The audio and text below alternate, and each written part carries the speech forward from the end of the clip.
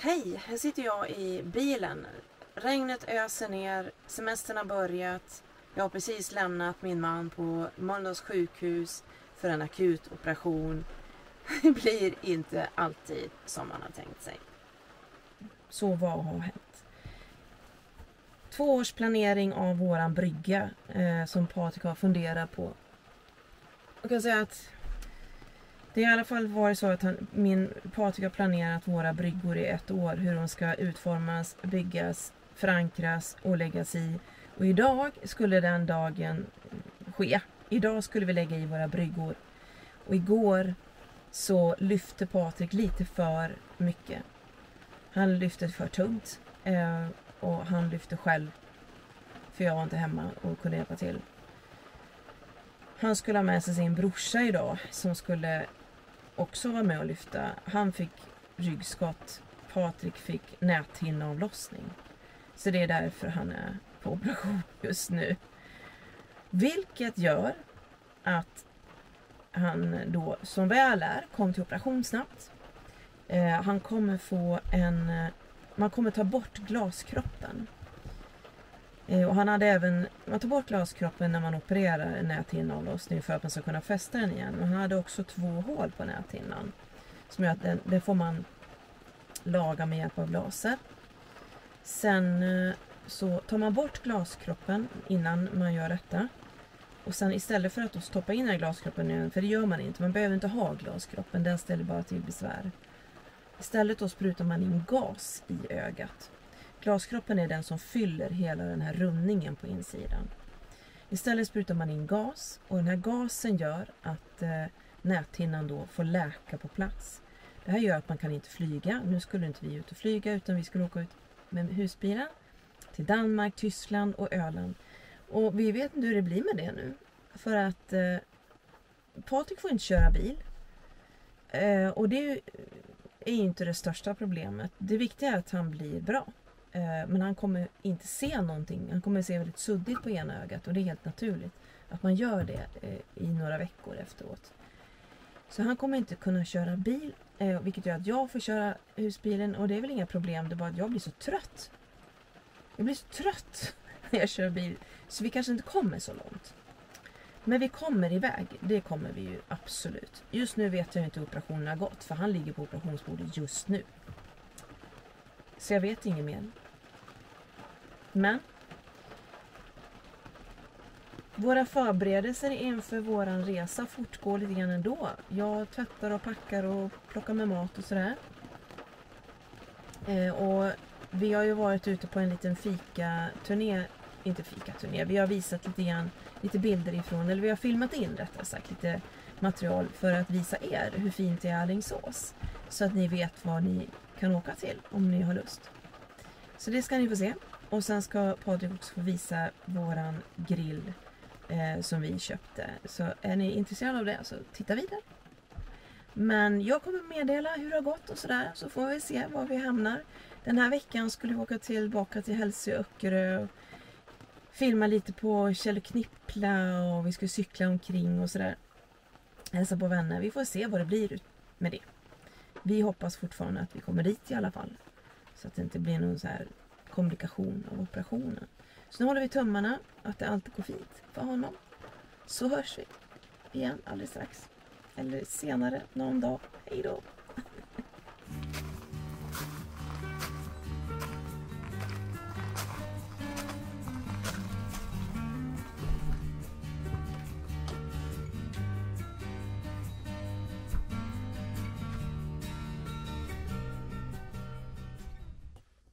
Hej och välkomna till Örnstrands husbilsresor. Idag håller vi på och förbereder våran resa. Det är så att vi har precis fått semester, äntligen. Och håller på och ska packa och greja. Vi ska tvätta bilen och vi har köpt lite saker till husbilen. Så det ska ni få se. Vi har gjort en resa den här helgen in till stan vi bor i. Alingsås. Så ni ska få se lite fina smultronställen inne i Alingsås. Ni vet kanske säkert att Alingsås är en så kallad alltså den kallas fikastan. Så vi har tagit lite bilder, lite filmklipp från olika kafén. Utifrån i alla fall. Så vi har varit inne och fikat. Vi har också gjort en annan grej. Det är nämligen så att vi ska ju åka till Danmark och Tyskland. Det är bara ett litet problem. Vi har inte fått våra pass. Vad gör man? Vad gör man då? Vi beställde aldrig några nationella ID-kort heller. Så därför är det ju ett litet problem då med Tyskland. Hur ska vi komma in i Tyskland tror jag inte är något större problem. Men frågan är hur man kommer ur. Då ska vi visserligen hem. Så att vi tänkte så här att har vi inga pass så chansar vi. Men jag vill ändå säga att ni som inte har hämtat era pass. Som har väntat på dem. Väntar på det smset. Om ni inte har fått något sms. Så kan jag nästan råda er att åka till närmaste polisstation där ni skulle ha fått era pass. Och fråga efter dem. För när jag var där igår. Så var det nämligen så att den här damen i kassan då. Hon drar ut en jättelåda som är fullsmäckad med pass. Alltså pass som folk inte har hämtat ut. Så det kan ju vara så att ditt pass finns där. Och när vi tog våra pass då skulle det ta 5 veckor. Och nu skulle man alltså ha varit här. Men det är de då inte. Utan de kommer inte förrän som typ när vi kommit hem ifrån vår resa. 10 veckor skulle det ta plötsligt. Ja, så jag började jaga tider till internationellt ID-kort istället. Och det lyckades vi till slut få tid till. Men det var ju inte heller det rättaste. För det fanns ju inte tid förrän i augusti. Men där kan man också gå in på den expedition. Eller man kan söka på sitt län. Så vi som bor i Alingsås. Vi går in på Västra Götaland.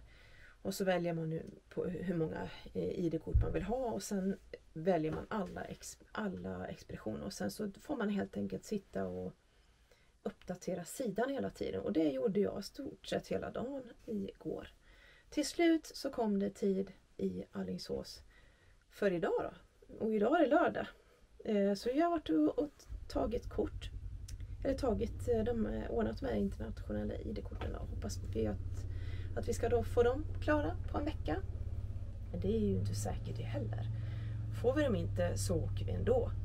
Så ni som har erfarenhet av att åka till Tyskland utan varken pass eller ID-kort. Ni får gärna kommentera om ni har varit med om det och vad som händer i sådana fall. Ja, men vi har i alla fall förberett oss lite grann. Eller håller på att förbereda oss lite grann inför vår resa. Och vi kommer vara borta 4 veckor så att det är ju lite att fixa med. Men en sak som vi har köpt, det är såna här. Nu har jag på att säga grillpinnar, men det är tältpinnar till vårt vindskydd. Vi hade i plast innan, så nu har vi stål. Ja. Sen har vi köpt en sån här till våran kadda-grill. Perfekt. Sen är jag lite nördig när jag packar. Jag vet att jag har en sån här vakuumförpackare som jag pratat om tidigare. Och det kanske jag kommer visa lite grann hur vi gör. Men vi har packat in och fryst in lite grejer som vi ska ha i våran frys. Och när man vakuumförpackar så kan man göra väldigt mycket platta paket. Så det bara så här. Sen har jag gjort, det här är jättelöjligt. Rispåsar med 2 deciliter ris. Jättetöntigt. Men jag hade de här plastpåsarna och de kan man använda igen. Så att jag tänkte jag får väl dem. Så då vet jag exakt hur mycket ris. Det är inget över utan man bara tjoff ner i kastrullen med vatten och så är det liksom färdigdoserat. Så skönt. Sen har vi också ordnat lite andra saker. Vi har ju madrasserna här.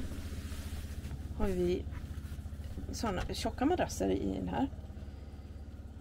Och jag har satt sådana här vanliga lakan, sådana här omtagslakan som min man kallar dem. Men vi vill ha grå och så köpte vi grå och så var ju det fel storlek. Naturligtvis. Så då har jag köpt den storleken som den når inte ner hit. Utan så det gäller att ta reda på vad det är för storlek man ska ha. Så jag fick köpa nya. Så då köpte vi på Ikea. Nattjasmin 80x200x26. Då ska ju de passa. Jag ska testa det nu. Så får vi se hur det blir. Sen har vi också sen tidigare införskaffat såna lite tunnare täcken. De här är från Jysk. som vi ska byta ut nu. Så vi har det. Sen ska vi ta ut lite vinterkläder och sånt som vi har haft i bilen sedan innan. Och så ska vi testa ett tvättmedel. Okej, det verkar i alla fall som att de här passar. Men de är lite glansiga. Det hade jag inte räknat med. Ja, bara de inte är varma. Det finns en liten sak som jag funderar på. Som ni som har en kave eller om ni har en likadan ugn kan få hjälpa mig med. Den är lite konstig, en Dometic. Jag fattar inte vad det är för fel. Antingen är det fel på den eller så är det vi som gör fel. Så att jag ska visa.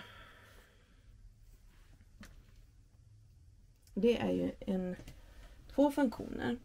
Dels är ju den här vanliga och sen är det en grillfunktion. Och den här grillfunktionen funderar jag på om det är så att luckan ska vara öppen eller någonting. Jag vet inte. Om den måste vara det. För att när man sätter på grillfunktionen i den så stängs ju den av efter 30 sekunder ungefär när man har stängt luckan. Och så kanske det ska vara. Så det är frågan hur det funkar egentligen. Vi hade något typ liknande i husvagn och den luckan skulle vara öppen. Om jag minns rätt så skulle den vara öppen. Så det kanske är så enkelt. Men tala gärna om hur ni gör med era ugnar med grillfunktionen. Sen har jag en annan grej som jag funderar också lite grann på hur ni har löst, ni som har kabel, hur ni har löst det här med toapappershållare. För att det fanns ju ingen toapappershållare och vi har gjort så här att vi köpte en sån här på Ikea. Den sitter fast i duschdörren. Det var det bästa sättet vi kunde hitta, eller bästa stället vi kunde hitta. Och sen har vi även köpt såna här med sugpropp lite kraftigare för att de från Biltema trillar ner från väggen efter 10 sekunder. Det blir man ju så trött på. Så därför har vi köpt såna. Och jag ska montera dem nu tänkte jag. Det som jag tror är bra med den här varianten det är att det är lite klibbig och sen är det en lite tjockare gummimaterial som man då ska trycka dit i väggen. Toarullen satt ju kvar nu. För den har vi ju sett upp för ett tag sedan. Handdukarna har ju ramlat ner på en gång så de har ju inte funkat med de krokarna vi haft. Så jag ska sätta dit den här nu får vi se. Det är bara att trycka upp på väggen så ska den förhoppningsvis hålla för handdukarna. Vi testar.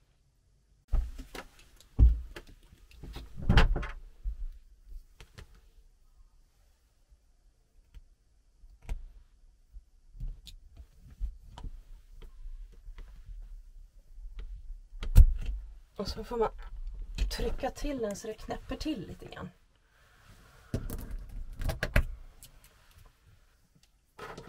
Provar vi nästa också. Okej. Så ska det sitta rakt. Någorlunda rakt och sen så trycker man till.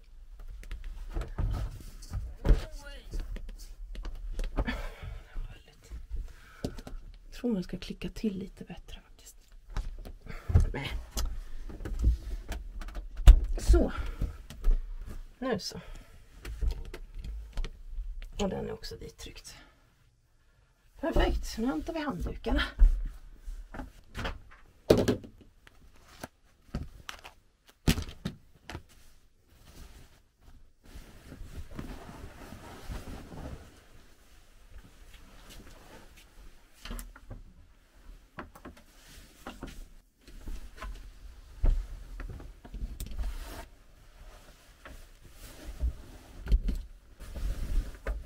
Man känner redan att de här sitter rätt bra, men man vet ju inte. Vi måste testa. Får vi se. Otroligt bra. Då tar vi den andra handduken också. Jag frågar, om ni har kollat på våra filmer så har ni sett att vi stördes av att toapappershållaren satt bakom ryggen. Men det kan jag tala om att det gjorde den inte alls det. För det är ingen toapappershållare, fick jag upplyst. Utan det är en handdukshållare. Naturligtvis. Borde jag ju ha förstått på en gång. Men det... så dum jag kände mig när jag insåg att Hur kunde jag tro att det där var en toapappershållare? Helt märkligt. Det stoppar vi också in i skåpet. Vad är det mer jag skulle göra? Ugnen har vi tittat på. Jag ska byta lakan och allt sånt.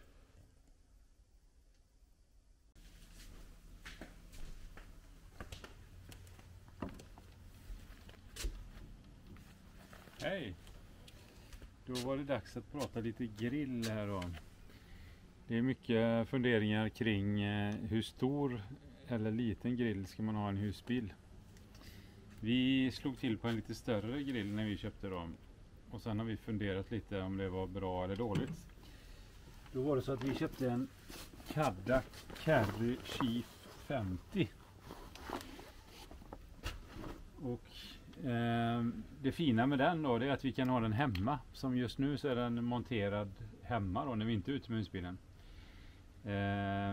Då lyckades vi hitta ett sånt här grillfodral för 140 spänn typ. Fantastiskt. Jag tycker det var väldigt bra. Det kan man ha för att skydda den när man är hemma. Så här ser den ut. Det ingår lite olika grejer. Sån här grillgaller ingår ett. Den är enkel att montera. Man skruvar loss benen här. Trycker på denna. Sätter på den här plattan. Här är själva gasolbrännan. Placera på den bara så. Ingår också sån här liten väska och ha hela grillen i. Och det fina i det hela också då är att det ingår även sån här vad är detta? Stekpanna typ. Som vi också har använt en gång. Fina fodral att lägga dem i. Sen då så finns det också ett sån här grej då som man kan undra, vad är detta nu då? Då, om vi förstår det hela rätt, så tar man bort den och sätter denna här. Verkar lite skumt. Eller? Nej, så gör man givetvis. Där sätter man den givetvis. Så. Sen då finns det för oss som har märkesproblem då, måste ha samma märken och sådär. Men då finns Kaddak, har en sån här stekpanna. Kan du då steka här? Den satt inte så bra. Den ska ju liksom funka ner där. Jag tror inte den behöver kanske sitta bättre än så, men man ska också vända på den här vägen. Om man vill den ska sitta lite bättre så kan man ha den så. Satt den bättre nu då? Ja, nu sitter den stadigt. Det var bara fel håll. Ja, vad fin. Men sen får man ju tänka också, när du har den hemma då, så har du en gasoltub och en kort sladd. Och en sån här du snurrar på den här. När du har till husbilen, vi har en sån gasoluttag. Då har vi en annan 3 meters sladd som vi sätter direkt i gasoluttaget. Jag kan visa också hur man tänder den här då. Man gör så att man sätter på gasolen. Man håller in den och så finns det en tändfunktion där liksom, så den tänder. Ja, men jag är väldigt nöjd. Sen finns det folk då som känner att den är lite för stor, men Typ som... Nej, nu glömde vi. Den där ska inte vara på då. Det börjar bli varmt här. Ibland vill man vadå? Ibland har man lite folk, lite vänner. Man vill grilla på lite. Nu till exempel ska vi grilla korv. De får plats. Då känner man att inga problem att få plats med korvarna.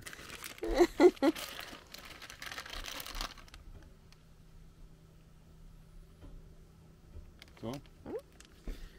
Ja, men jag är rätt så nöjd ändå. Sen har vi locket då, som också är bra lock med termometer. Ja. Men visst, en liten Kadak minimodell är ju inte heller fel. Alltså man skulle ju kunna, eftersom vår stora grill har gått sönder så tycker vi att den här är ganska smidig, eller hur? Men det kan ju också vara så att man någon gång i framtiden köper en mindre till husbilen. Jag tror inte ens vi vill filma på en stora grill. Nej, den vill inte se hur den ser ut. Den ska få en rundspark och åka till tippen.